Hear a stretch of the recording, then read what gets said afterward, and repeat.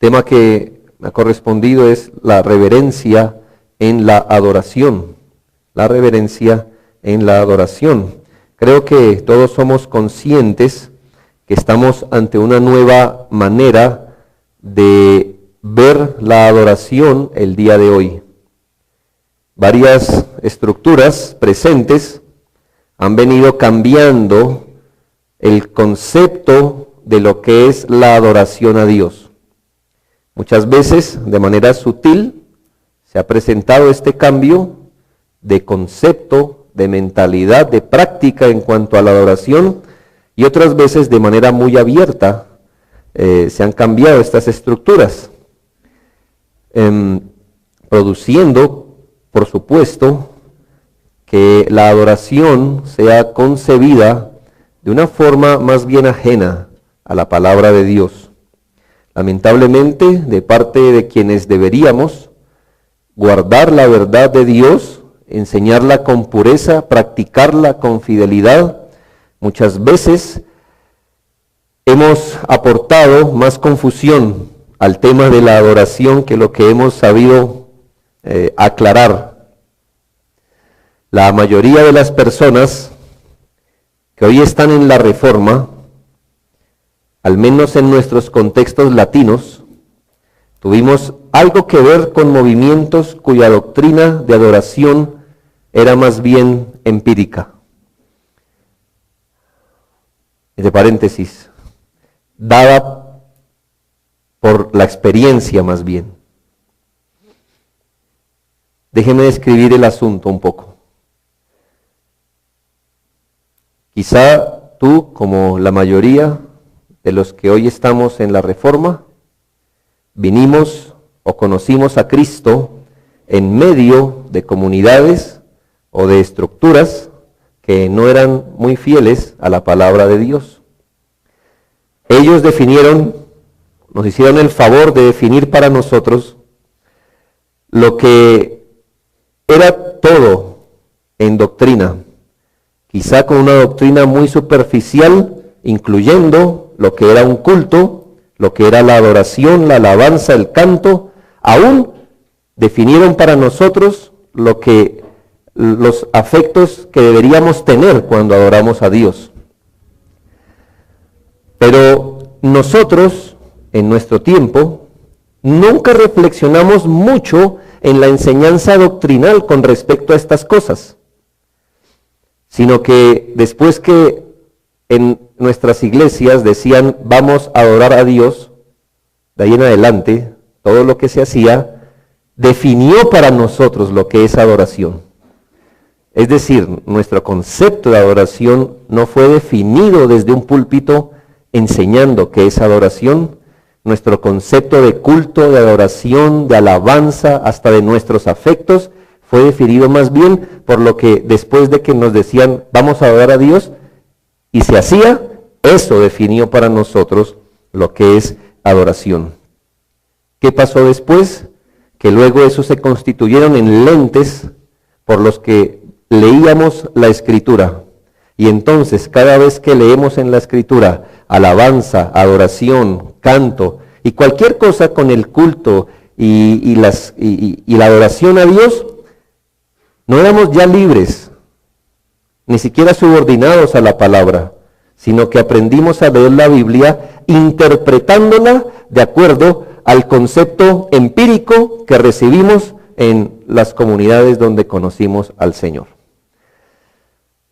La costumbre hizo surco en nuestra vida, y toda definición teórica que hoy tenemos de alabanza, adoración, culto, canto y todas estas cosas es una definición superficial, pero más bien definida gracias a lo que en la práctica hicimos por mucho tiempo. Así, vinimos a iglesias que procuran ser más bíblicas, reformadas. ¿Y con qué te estrellaste primero? Muy bien. ¿Qué fue lo que más te desconcertó? En efecto, la adoración. Yo no te conozco a ti, pero te diré cuál fue una de tus primeras luchas cuando llegaste a Iglesia Reformada. La adoración aquí parece muerta. No hay gozo. ¿Por qué pensaste así? Es mi pregunta. No te conozco, pero es lo que pasa. Yo te diré lo que pasó. La definición empírica de adoración que tenías era otra. Tú pensabas que era bíblica. Y aquí llegaste a una iglesia que dice ser bíblica, con una adoración demasiado diferente a la que venías acostumbrado a presentar, y que pensaste que era legítima. Aún hoy, muchos no han podido ser libres de los lastres de teología superficial combinado con una adoración más bien salida de la cultura. Eso hace difícil decirle a un querido hermano, ¿por qué adoramos como adoramos? Porque él seguirá echando mano de su experiencia, de cómo en la práctica él definió que es adoración, alabanza, canto, etcétera, etcétera y etcétera. Para colmo de males, si has venido a la Reforma en los últimos 10, 8 o 6 años, dependiendo del lugar en el mundo donde hayas venido a la Reforma, lamentablemente vas a encontrar un poco de más confusión. ¿Por qué? Iglesias que se profesan reformadas tienen como adoración una versión un poquitico mejorada que la adoración carismática. Unos ajustes en las letras, aquí y allá, un arreglo aquí, un arreglo allá, pero en esencia el mismo concepto superficial de adoración y la misma práctica cultural de la adoración. El asunto ha progresado ya demasiado y ya tenemos grupos estandarizados de adoración reformada que están marcando la pauta, entre paréntesis, como ya pasó en el carismatismo, están marcando la pauta que comunican al pueblo reformado cómo es adorar a Dios.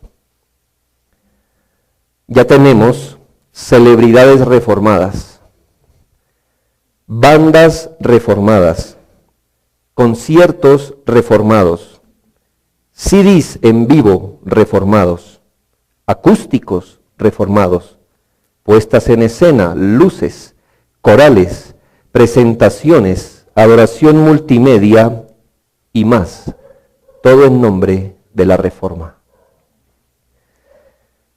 Lo peor, hermanos, es que si tú hablas con un individuo que hace 10, 6, 8 años vino la Reforma, él va a pensar que eso es la adoración reformada. Hemos roto con los reformadores, hemos roto con los puritanos, hemos roto con la adoración de nuestros padres, teológicamente hablando, y hoy son grupos de muchachos en jean, bajo luces, pasteles, de señoritas inmodestas, dirigiendo cultos reformados, para vergüenza del cuerpo de Cristo.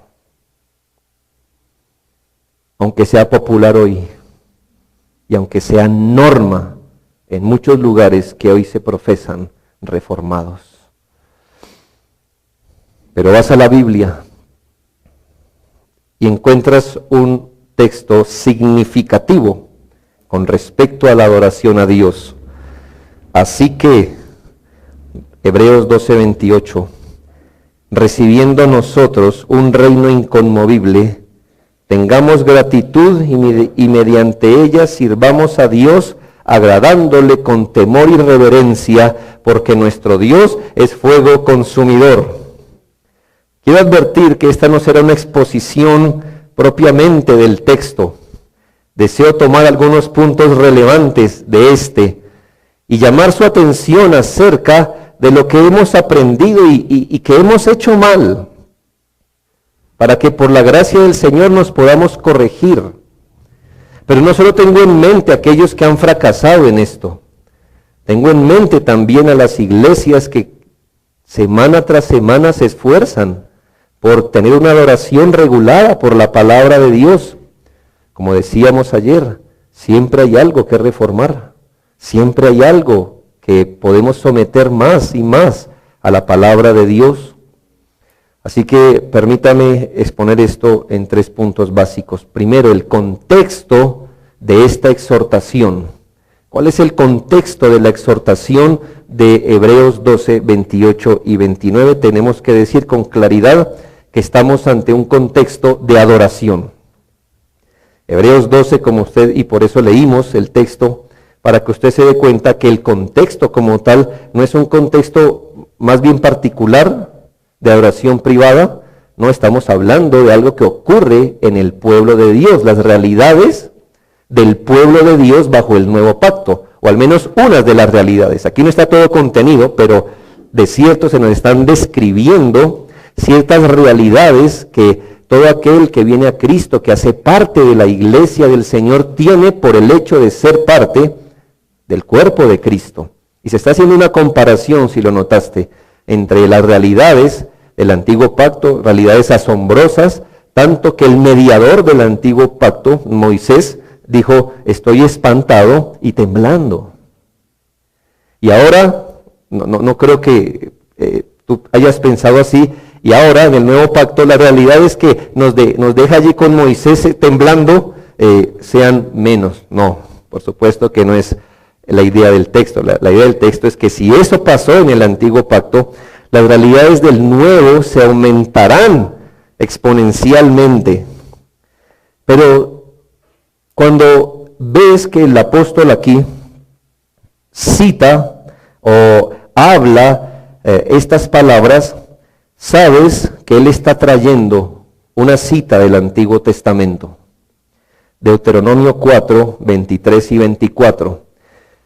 Y cuando miras el texto de Deuteronomio 4, llegas a una conclusión que nos da más luz, que el contexto de esa frase que el apóstol trae y cita en Hebreos, también está en un contexto de adoración. Deuteronomio 4, 23 y 24 dice, guardaos, no os olvidéis del pacto de Jehová vuestro Dios, que Él estableció con vosotros, y no os hagáis escultura o imagen de ninguna cosa que Jehová tu Dios te ha prohibido, porque Jehová tu Dios es fuego consumidor, Dios celoso.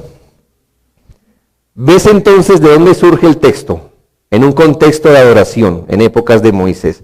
¿Y qué ves que hace el apóstol? Y discúlpame, al margen, mi concepto es que Hebreos lo escribió Pablo, como lo creyó la iglesia, hasta que entrara la crítica alta al pueblo de Dios. Cierro paréntesis. Y no hay preguntas de eso al final. No me van a decir, de eso no se trata, era algo al margen. ¿Ves que se trae la cita de Deuteronomio que está en un contexto de adoración? Y cuando el apóstol lo trae a las realidades del nuevo pacto, también lo cita en un contexto de adoración. Así que eso prende nuestras luces para decir, aquí hay una enseñanza indiscutible de las realidades de la adoración. En Deuteronomio es muy claro que el Señor está exhortando que se debe servir al único Dios y huir de la idolatría, es decir, se le debe adorar como Dios ha ordenado. ¿Por qué? Porque Dios es celoso y es fuego que consume. Y vas entonces al Nuevo Testamento y encuentras exactamente lo mismo. Después de señalar a dónde se ha acercado el individuo que cree en Cristo, a dónde se ha acercado. Si tú quisieras ir a tu casa y enumerar renglón por renglón a dónde se ha acercado el creyente del nuevo pacto, pero no es nuestro punto, se dice que debido a las nuevas y más gloriosas realidades del nuevo pacto, el creyente debe, y ahí está el así que, lo encuentras en el 28, así que, recibiendo nosotros un reino inconmovible, distinto al anterior, tengamos gratitud y mediante esta gratitud sirvamos a Dios agradándole con temor y reverencia. La palabra servir aquí usada como nos lo explicaba el pastor Cruz ayer, es la palabra latreuomen, de la palabra latrevo, de donde derivamos muchas de nuestras palabras en español. De allí, un derivado de esa palabra, tenemos la palabra liturgia, que para nosotros liturgia es sinónimo de culto, de hacer culto. Culto o liturgia viene de esa palabra. De ahí también tenemos una connotación negativa, cuando el latreuo, que es el culto, que es la adoración a Dios, el culto establecido por Dios, eso es latreuo, tiene una connotación negativa cuando ese culto se le rinde a un Dios que no es el Dios revelado en la Biblia, se llama idolatría, ¿sí? Latreuo, idolatreuo, que es la adoración, el culto a un Dios que no es el Dios de la Escritura, de manera que la palabra servir, que encontramos allí, que dice mediante la gratitud debemos servir a Dios, servir es esa palabra que hace referencia al culto establecido. Y aquí a veces esa misma palabra se traduce en la Biblia como servicio. Ahora, para nuestro español, servicio tiene muchas connotaciones, ¿no? Como cuando yo le sirvo a usted, o le hago un favor, o cuando yo lo edifico, le estoy sirviendo. Cuando la palabra servicio viene pegada a los asuntos de Dios, tiene una fuerte connotación de culto, Así que por eso un culto, ya lo entiendes, por eso se le llama culto, liturgia o servicio. Pero a veces por nuestro idioma es mejor llamarle culto para que la palabra servicio a veces no se confunda, pero estaría bien de llamarlo porque es un servicio, un culto. Estamos yendo a Dios en adoración. Eso es lo que significa la palabra latreuo. Ya sabes, la idolatría, que es exactamente eso, rendir adoración, culto a un Dios falso. Y me detengo aquí para que disciernas algo de esta palabra. Y es que no hemos podido superar que la adoración no es algo que yo debo sentir. La adoración no es algo que yo debo experimentar. La adoración tiene que ver con algo que yo ofrezco. De eso se trata un culto. De ofrecer al Señor ofrenda, de servir. Mira la palabra servicio. Por supuesto que servimos a Dios u ofrecemos a Dios con afectos bíblicos. Por supuesto, lo veremos después, pero el punto es que la definición empírica de adoración ha hecho caer la importancia de la adoración en lo que yo experimento en el culto, en lo que yo siento. Si venías entrenado a que en la adoración, hermanos, hoy venimos a gozarnos en la presencia de Dios, entonces tu concepto de adoración está centrado en que vienes a sentir algo, o vienes con algo para experimentar en tu corazón. En otras palabras, tu concepto empírico de adoración estaba centrado en el efecto que tal actividad produce en ti. Por eso llegas a un lugar de adoración reverente y como no te ves afectado emocionalmente, muchas veces posiblemente dices que eso no es adoración. Mira la gran confusión, pues la adoración, el culto, tiene que ver con lo que ofrecemos al Señor, con un servicio que damos a Dios, con algo que rendimos a sus pies, no con algo que nosotros sentimos. Aunque en la adoración viene incluido el afecto, ¿me hago entender? Es decir, no servimos de forma fría, indiferente o externa. Recordemos ayer, en espíritu y en verdad. Pero hermanos, el énfasis del servicio no es el efecto que produce, pero lo que ofrecemos al Señor. Un maestro que se confiesa reformado, voy a citar una frase, y quiero que disciernas cómo la misma frase o como él define adoración, le va a llevar a una conclusión lógica para su razonamiento. No estoy diciendo que sea verdad, estoy diciendo que mires la lógica, que si defines de una forma distinta adoración, tu definición de adoración te va a llevar a consecuencias lógicas. Este hombre dice, la adoración que agrada a Dios es la que se acerca a Él para recibir, la que lo busca porque nada puede darle a Dios y nada puede satisfacerle como Dios mismo. La adoración es un acto de recepción. Piensa en esa frase. La adoración es un acto de recepción. Si esto es adoración, nos reunimos ¿para qué? Para recibir, según este concepto. No para dar, no para servir, no para hacer la tregua. Y entonces, ¿sí ves cómo se cambia el foco? Cuando tú ofreces, ¿quién está en el centro? A quien le traemos la ofrenda. Si tú vas a recibir algo en la adoración, ¿quién está en el centro? Tú. El adorador está en el centro. Ahora, mira cómo este concepto nuevo de adoración trae su consecuencia lógica. Y él dice, a veces imponemos patrones o modelos de culturas distintas a la nuestra en la adoración, lo cual no es malo siempre que sea afín a la cultura que lo asume. Al no hallar en las Escrituras los asuntos particulares de la adoración, debemos hallar los principios y a partir de allí pedirle sabiduría a Dios de cómo implementarlo en nuestras circunstancias, en nuestra cultura, en nuestra subcultura y en nuestra microcultura.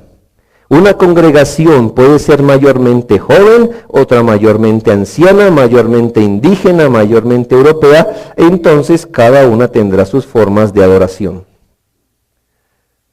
Y ya entendemos por qué estos conceptos. Porque si tú estás en el centro, si lo más importante, entonces, es que la adoración es un acto de recepción, entonces tú estás en el centro, entonces si tú eres quien debe ser agradado finalmente, entonces hagamos de la adoración algo significativo para nosotros. Debes hacer de la adoración una adaptación de acuerdo a tu cultura. Entonces mira muy bien, ¿es una iglesia juvenil? Entonces haz que la adoración sea significativa para el joven. ¿Son ancianos? Haz que la adoración sea significativa para los ancianos. ¿Eres europeo? Pues haz que la adoración sea significativa para el europeo. Ah, pero somos latinos. Haz que la adoración sea significativa para el latino. Y me parece que hemos corrido en pequeñas frases el centro de la adoración. Porque la adoración tiene que ver con Dios, tiene que ver con lo que a Él le agrada, no con lo que a nosotros nos agrada. De manera que, al final, la adoración se califica por lo que percibes, y lo que percibes, cómo lo sientes y el afecto que recibes. Entonces hay que adaptar la adoración para que algo se reciba o para que algo se sienta. Si la adoración no está hecha para que recibas o sientas algo especial o significativo, la adoración fracasó en su propósito, así definida mal. Y por eso hay preguntas, ¿no? ¿Qué tal le pareció el culto? Bueno, ¿estuvo bueno hoy? No, hoy estuvo malo. ¿Me hago entender de dónde vienen las palabras? Mira nuestra teología empírica, a dónde nos ha llevado a pensar. Hablando hipotéticamente, no quiere decir que eso es lo que hagamos, pero hipotéticamente la pregunta, ¿qué te pareció el culto? ¿A quién debería ser remitida? A Dios, ¿verdad? Claro, no se lo vamos a preguntar, pero hablo hipotéticamente. Si le fuéramos a preguntar a alguien, ¿qué tal te pareció el culto? Tendría que ser a Dios, no a nosotros. No nosotros la gloria, a su nombre. ¿Qué sacamos con abrazarnos y decirnos buen culto, hermano? Si Él rechaza nuestra ofrenda. ¿Cuál es tu punto? ¿Qué vienes a buscar a una iglesia bíblica? ¿El deleite de tus oídos? ¿Las letras que más te conmuevan a ti?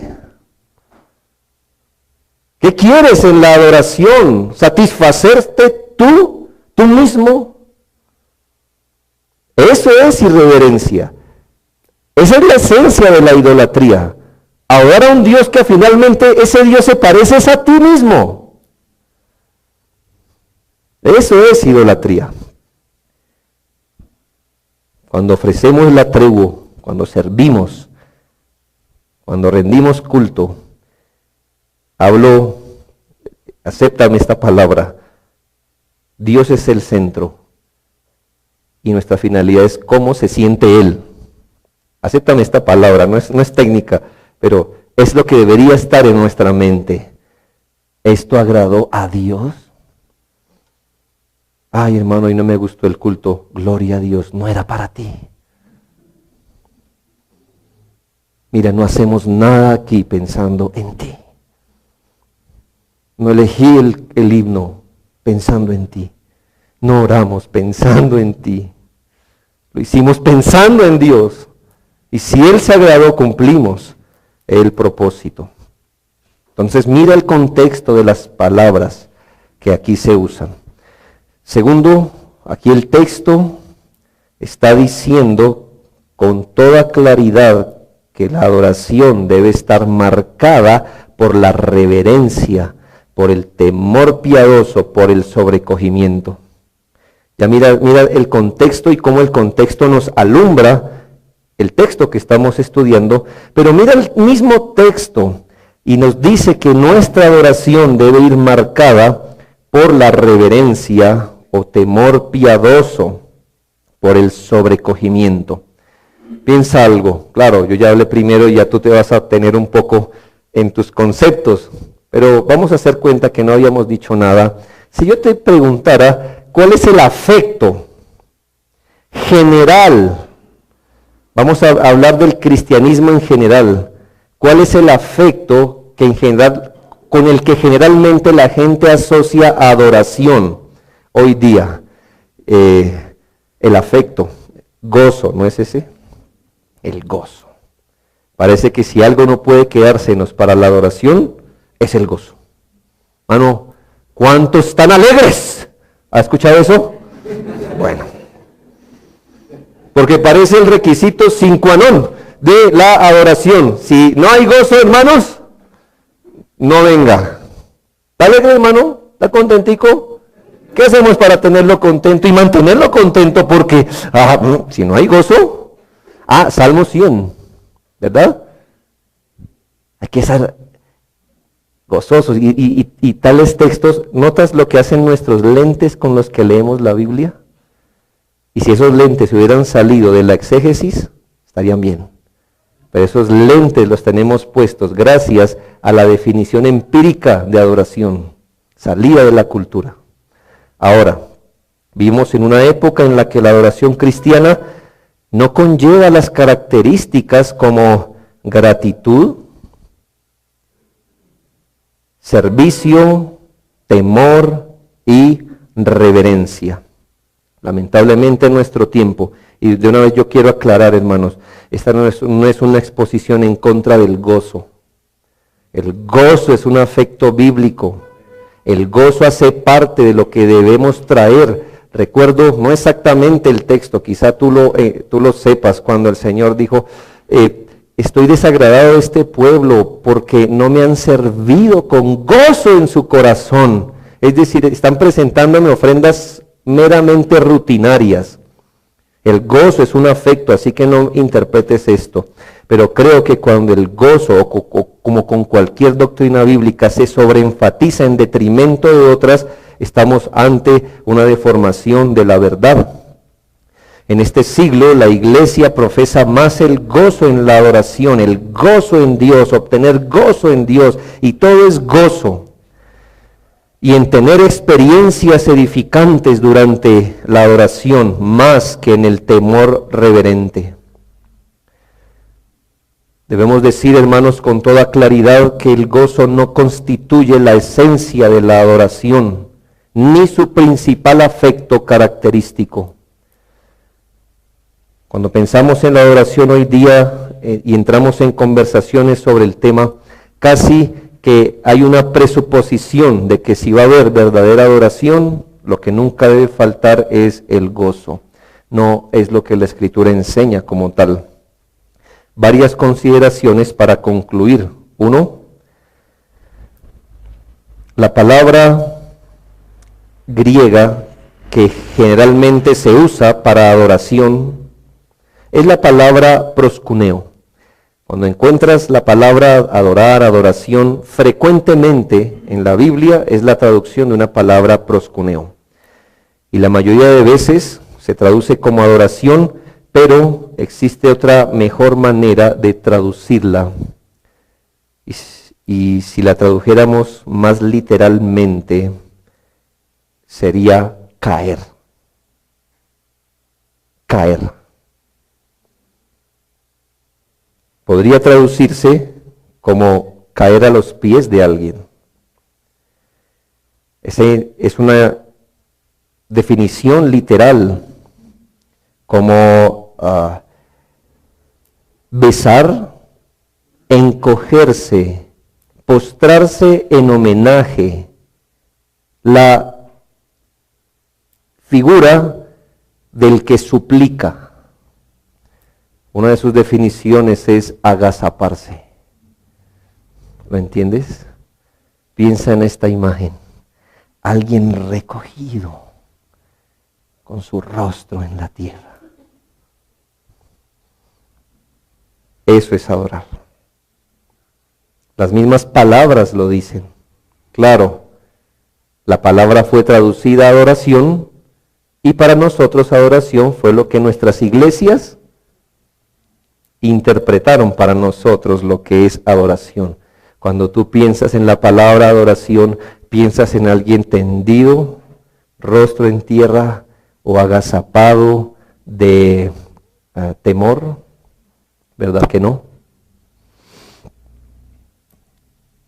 Si escuchamos algunas palabras, algunas personas discutir sobre el tema de adoración, no pensaríamos que ese fuera el caso. Uno se vería tentado a pensar que la palabra del texto del Nuevo Testamento para adoración era más bien regocijo, canto, sentirse conmovido y en casos extremos gritar de júbilo, saltar, aplaudir, silbar y más.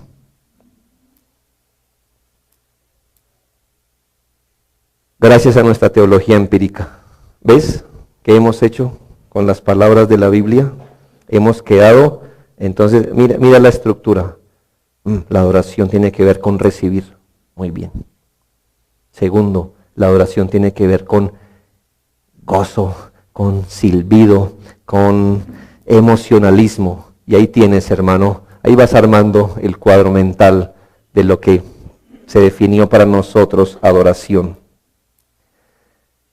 Se ha confundido de forma dramática. Hemos quedado con un concepto de adoración casi con el afecto opuesto, que es el sobrecogimiento y el temor reverente. Hay dos palabras unidas en nuestro texto, temor y reverencia. Y por supuesto, hermano, que sabemos que el temor no es miedo servil a Dios.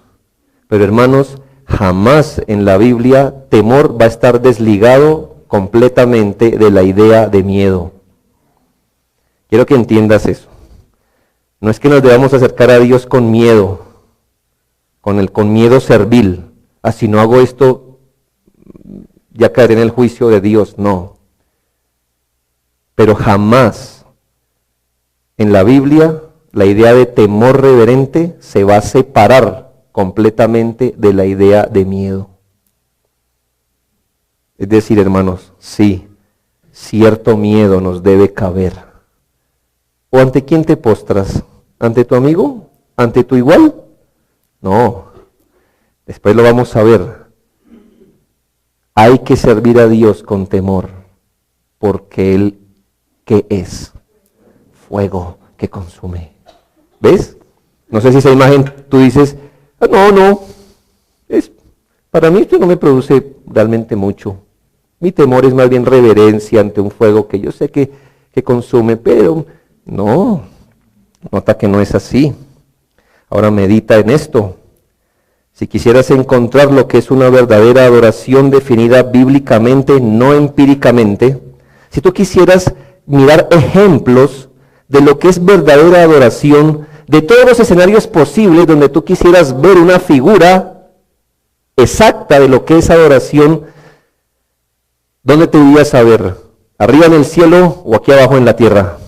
Yo creo que eres lo suficientemente capaz para decir, no, si tú me pones a definir qué es adoración exactamente, yo buscaría la imagen en el cielo, no en la tierra.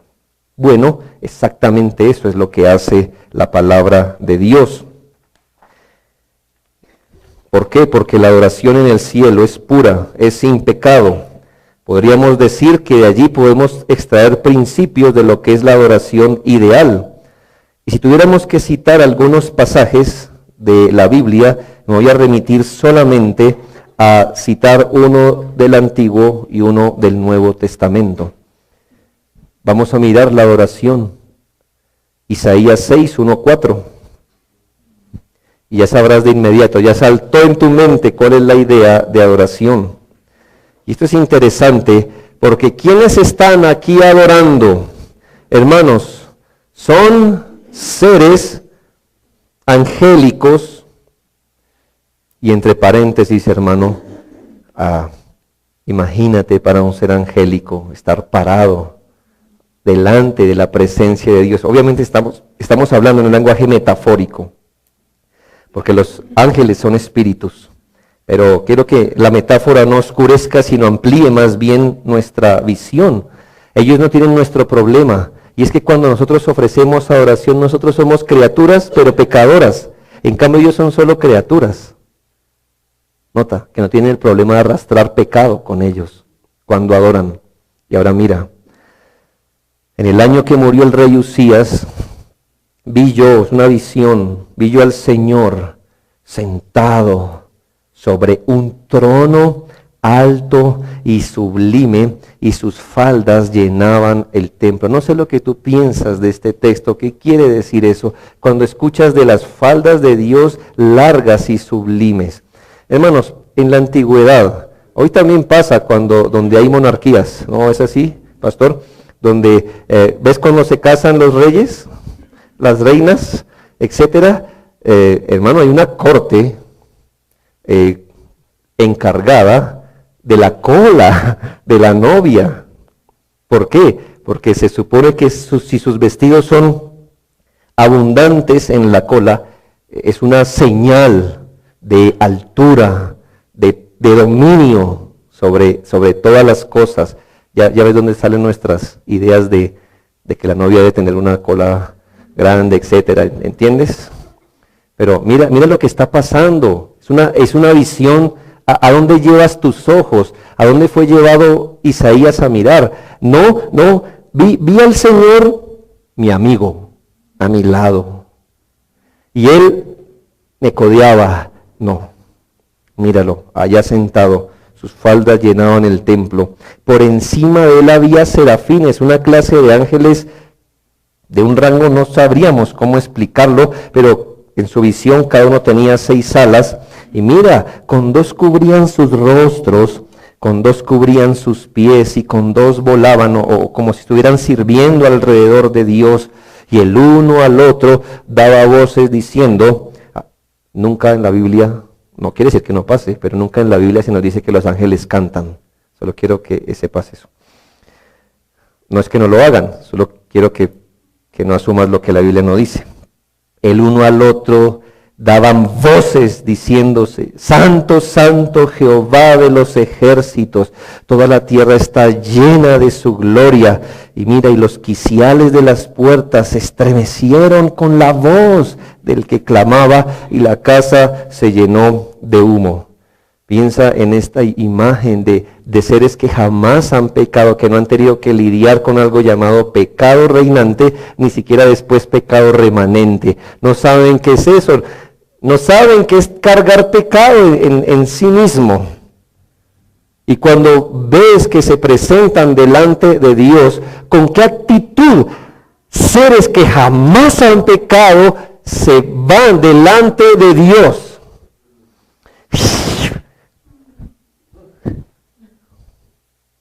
Hermanos, ellos tapan su rostro, no son dignos de mirar al Señor, y tapan sus pies, quizá los pies como en vergüenza de tapar su conexión, como soy creado, los pies que hacen con nosotros, no nos conectan a esta tierra, y Dios nos hace saber que somos seres creados pisando la tierra, y ellos se tapan sus pies como diciendo, no somos dignos, somos criaturas, pero estamos delante de ti. ¿Y en qué enfocan su mirada?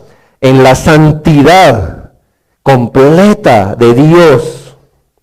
Seres que no han pecado. Este es el punto que dice Hebreos. Sirviendo a Dios con temor y reverencia. Tengo una teoría. Cuando una criatura finita no adora con temor y reverencia como lo hicieron esos serafines, es porque no estamos viendo lo mismo. Porque los que vieron a Dios se taparon su rostro. Otra imagen la encuentras en el libro de Apocalipsis. Capítulo 4, versículos 8 al 11, y aquí hay una adoración, ya tú dirás, bueno, aquí ya no son ángeles, y yo no quiero hacer exégesis, el libro de Apocalipsis tiene muchos símbolos, que es complejo, aquí hay criaturas de unas, de otras, pero ¿cuál es mi punto? Son criaturas, y eso ya ilumina nuestro camino, y es una adoración en el cielo, quiere decir que no está siendo presentada por la iglesia en la tierra, sino por los santos ya glorificados, o en la presencia de Dios. Y dice la palabra de Dios, y los 4 seres vivientes tenían cada uno 6 alas, y alrededor y por dentro estaban llenos de ojos, y no cesaban día y noche de decir, Santo, Santo, Santo es el Señor Dios Todopoderoso, el que era, el que es y el que ha de venir. ¿Estamos en 4? Sí, muy bien. Y siempre que aquellos seres vivientes dan gloria y honra y acciones de gracias, pare ahí. Piense cómo se nos ha enseñado este texto. Están diciendo santo, santo, santo al Señor. Y están dando gloria, honra y acciones de gracias al que está sentado sobre el trono. ¿Cuál es la imagen que tienes en mente? Hasta antes de esta conferencia. Que estaban de pie, ¿verdad? Que estaban gritando, que estaban en éxtasis emocional. Pero sigue leyendo. Al que está sentado en el trono, al que vive por los siglos de los siglos, los 24 ancianos se postran delante del que está en el trono y adoran proscuneo al que vive por los siglos de los siglos y echan sus coronas delante del trono diciendo, Señor, digno eres de recibir gloria y honra y el poder, porque tú creaste todas las cosas y por tu voluntad existen y fueron creadas. Tenemos que recrear otra vez eso en nuestra mente. Y el punto es esto, lo que encuentras en esta visión son criaturas de unas y de otras postrados ante Dios. Y con su rostro en tierra, gritando, Santo, Santo es el Señor. Así que no están de pie botando sus coronas, sus logros ante el Señor. Están tendidos en el piso, rindiéndose ellos y sus coronas delante de Dios. Hermanos, la Biblia nunca va a superar estas cosas cuando habla de adoración. Claro, nuestro ojo fue entrenado a detectar gozo donde quiera que estuviera en la Biblia. Por la gracia de Dios, ahora entrena tu ojo para ver todas las veces que alguien se postra, se humilla, se tira a tierra, tiembla y teme ante el Dios que adora. Y te vas a dar cuenta. La imagen es de sobrecogimiento. Eso no significa, hermanos, que en el cielo no hay gozo, ni se da acción de gracias a Dios de otras maneras. El punto es sencillamente este. Las imágenes de adoración en el cielo siempre enfatizan que la actitud que debemos tener en la adoración es la reverencia. Y aquí volvemos a aclarar un asunto, para discernir algo en nuestros días. Y es que el peligro de enfatizar en el exceso de gozo y el tener experiencias emotivas es el siguiente, que muchas veces estas se buscan a expensas de la reverencia, o lo más terrible, desplazan la reverencia a Dios en el culto muy a menudo.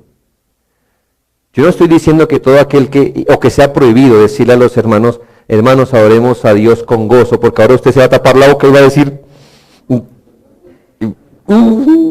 prohibida, la palabra prohibida. No, ¿entiendes? Debemos tener gozo cuando vamos a la presencia de Dios en adoración. Pero ¿cuál es el afecto que matiza aún el gozo que sentimos? La reverencia, el temor. Dios no está a nuestro lado a este nivel. Casi que santo, santo, santo es el himno nacional de los cristianos, ¿no? En algunas veces. Y escucha esa estrofa. Santo, solo tú eres santo y nada y nadie hay a tu lado.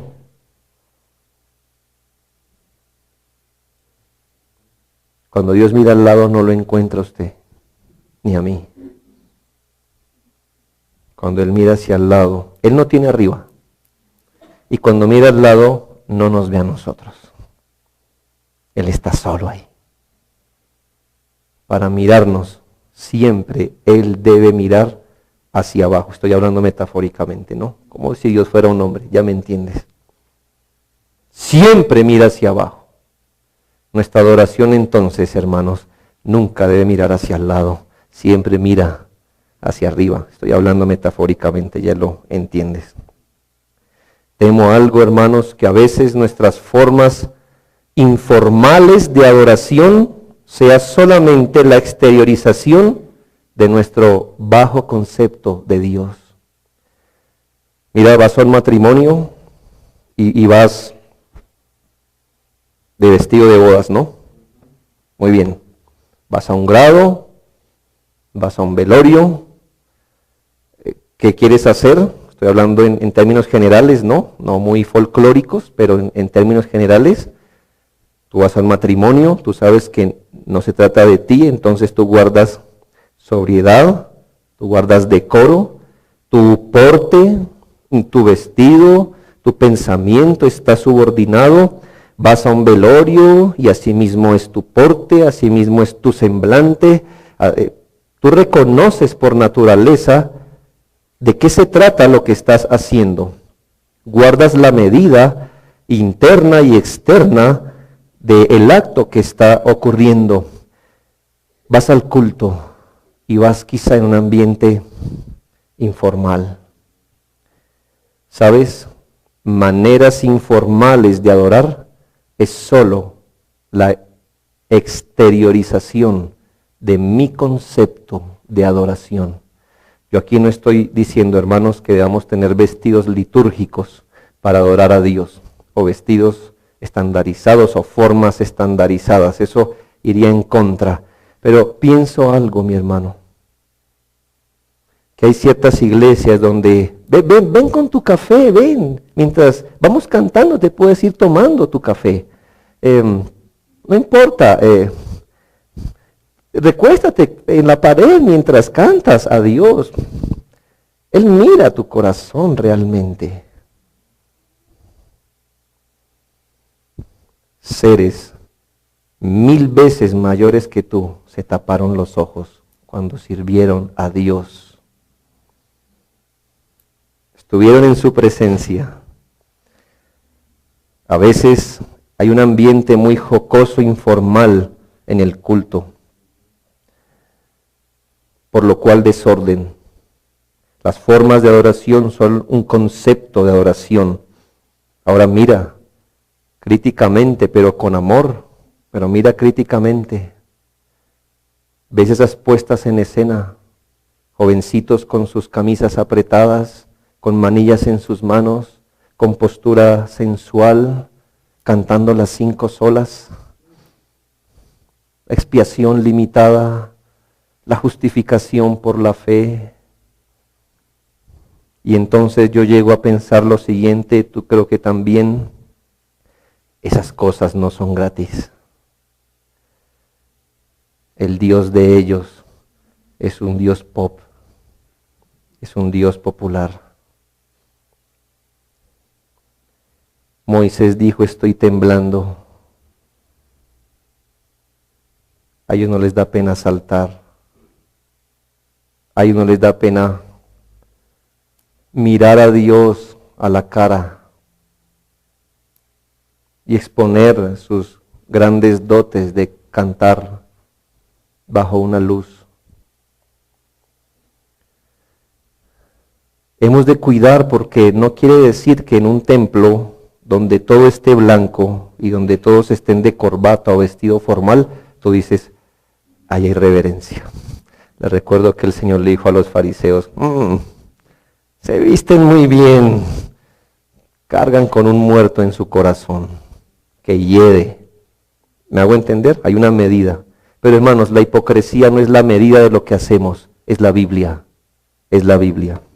Y Él nos enseña a adorar con reverencia. Hermanos, jamás la reverencia es un opuesto al gozo.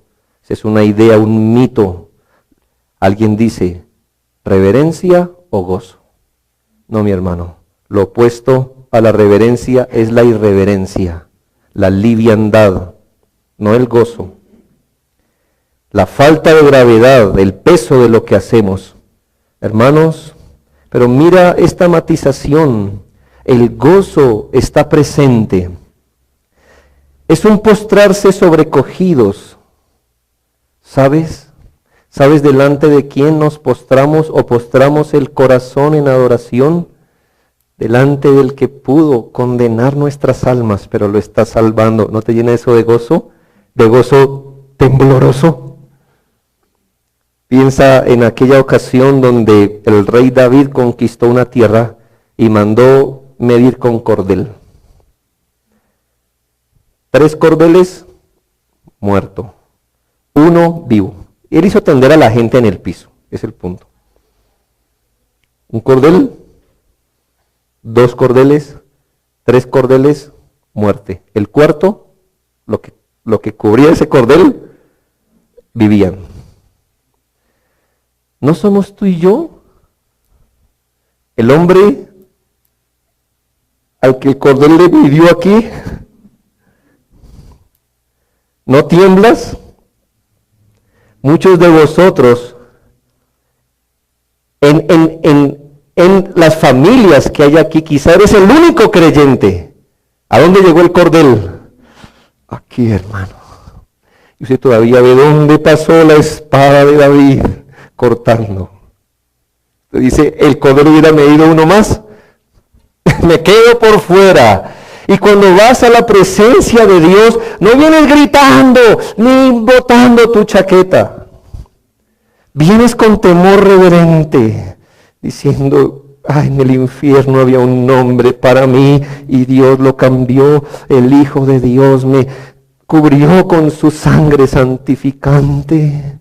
Si eso no hubiera sido, no estaría aquí postrado. Hay gozo, ¿no cree? Pero no es un gozo liviano, es un gozo que tiembla.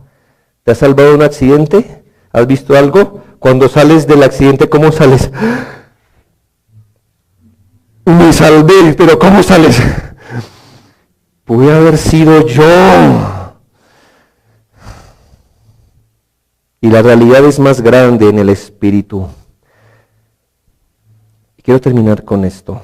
Tercero, existe una conexión entre lo que creemos acerca de Dios y nuestra adoración. Hermanos, existe una conexión entre lo que creemos y nuestra adoración. Nadie traiciona su real teología. Voy a usar dos palabras. Teología, nuestro concepto de Dios real, y doxología, nuestra adoración. Nadie traiciona en su doxología su teología. En otras palabras, su adoración es un indicador de su teología. Eso es, ¿qué dice la Biblia? Debes adorar a Dios con temor y reverencia. ¿Por qué? ¿Por qué según Hebreos? ¿Por qué? Porque nuestro Dios es fuego consumidor. Quiere decir, tu teología va a alimentar tu adoración. Tal como pienses de Dios, así le vas a adorar. Tu teología forma tu doxología. Si tú piensas que Dios es un Dios, yo sé que Jesucristo dijo, sois mis amigos, yo sé, pero voy a usar la palabra amigos en el contexto más liviano posible. Si tú piensas que Dios es nuestro amigo, nuestro par, si tú crees que a Dios le gustan las luces de colores en un púlpito, si tú crees que a Dios le encanta la música, el do re mi que tú haces allí, si tú crees que Dios tiene ojos para percibir una adoración estética, así será tu adoración. Si tú crees que Dios es fuego consumidor, tú te quitarás las sandalias de tus pies y caminarás con reverencia en la adoración a Dios. Tú dirás, es una imagen bastante extraña, ¿no? En el Nuevo Testamento, porque como ya decíamos, algunos piensan Dios era estricto en el Antiguo Testamento, no en el Nuevo. Pero mira lo que hace el apóstol. Trae esa frase y nos está enseñando a adorar bajo este presupuesto. No olviden que debemos adorar a Dios con reverencia, ya que eso no ha cambiado. Vuestro Dios es un Dios celoso, celoso de su nombre, celoso de su gloria. Él ama más que todas las cosas su nombre. Y por eso David se postraba diciendo, Señor, no por amor a mí, no por amor a este pueblo, por amor a tu nombre. ¿Qué es lo que tú más amas? Tu reputación, tu gloria. Dios es fuego que consume hoy todavía.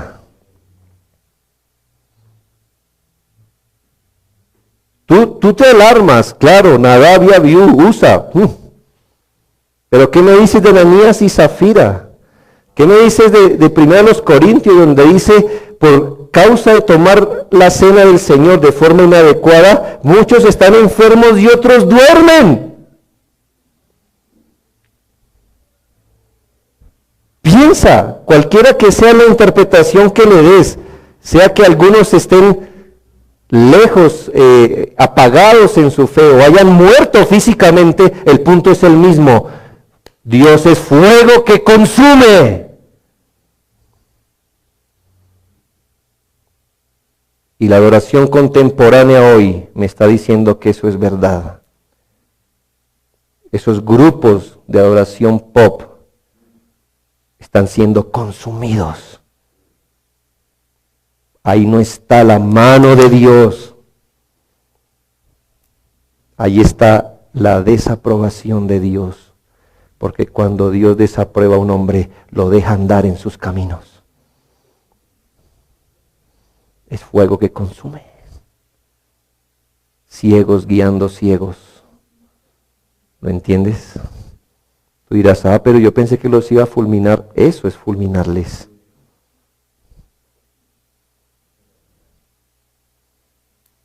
Porque quizá perecerán pensando que servían a Dios cuando servían sus propios vientres.